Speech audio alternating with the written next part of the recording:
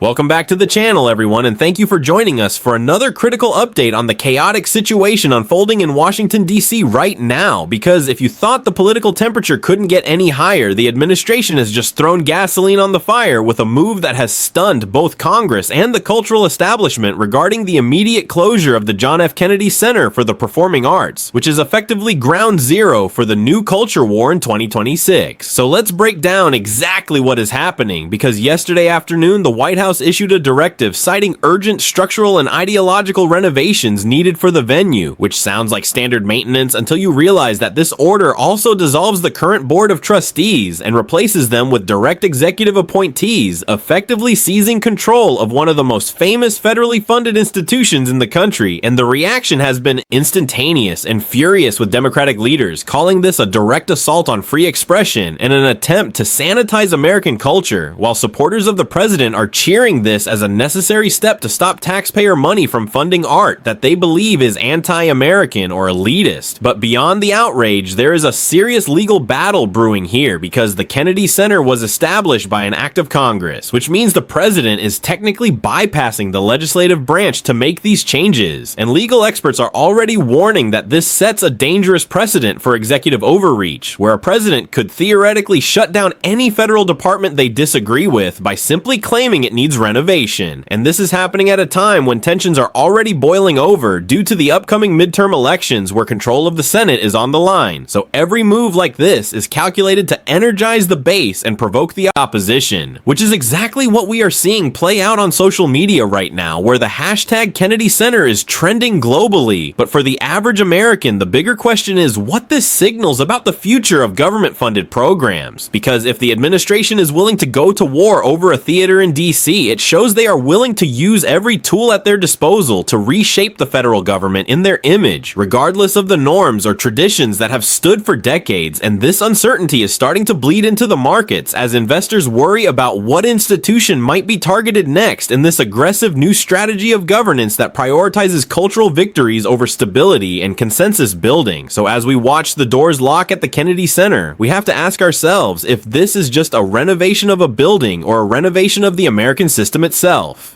Moving on to the second major crisis that is looming over the Capitol this week, we are staring down the barrel of a government shutdown that is set to trigger this Friday at midnight if a deal cannot be reached between the House and the Senate regarding the Department of Homeland Security budget, and specifically the funding for Immigration and Customs Enforcement, or ICE, which has become the flashpoint for a massive political standoff following the controversial incident in Minneapolis last week involving federal agents and protesters, because that event has hardened the resolve of Senate Democrats, who are now demanding strict new oversight measures and a reduction in funding for deportation operations as a condition for keeping the government open. But on the flip side, you have the House majority and the administration who are refusing to budge and are actually demanding an increase in the budget to finish the border security projects promised during the campaign. So we are in a classic deadlock where neither side feels they can afford to look weak in front of their voters just months before the election. And the result is that millions of federal workers and military personnel are about to be used as pawns in this ideological battle, and the economic timing could not be worse, because the country is still adjusting to the implementation of the One Big Beautiful Bill, or OBBA, which passed last year and has already caused some volatility in the bond markets. So if you add a government shutdown on top of that, we could see a significant dip in the stock market and a delay in essential services like passport processing and disaster relief, which affects real people in real time. But the political calculation seems to be that a shutdown is a price worth paying to prove a point about border security and law enforcement, which is a risky gamble, because historically the party that is seen as causing the shutdown usually pays the price at the ballot box. But in this hyper-polarized environment, the old rules might not apply anymore, and we are seeing a level of brinksmanship that suggests the leadership in both parties is more interested in scoring points on cable news than in keeping the lights on in Washington. And this is creating a massive headache for government contractors and small businesses businesses who rely on federal payments, because uncertainty is the enemy of growth, and right now uncertainty is the only thing that Washington is producing in bulk. So you need to be prepared for a rocky few weeks, because even if they pass a short-term continuing resolution, it just kicks the can down the road and guarantees that we will be back in this exact same fight next month with even higher stakes and shorter tempers, as the rhetoric continues to escalate on both sides of the aisle regarding who is truly protecting the safety and the sovereignty of the nation.